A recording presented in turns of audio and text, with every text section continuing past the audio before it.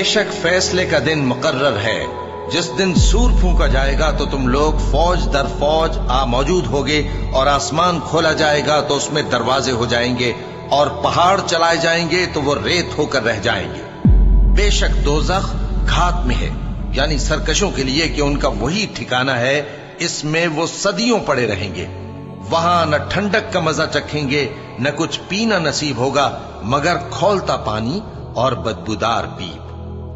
یہ بدلہ ہے ان کے اعمال کے موافق۔ یہ لوگ حساب آخرت کی امید ہی نہیں رکھتے تھے اور ہماری آیتوں کو مسلسل جھٹلاتے رہتے تھے، اور ہم نے ہر چیز کو لکھ کر محفوظ کر رکھا ہے۔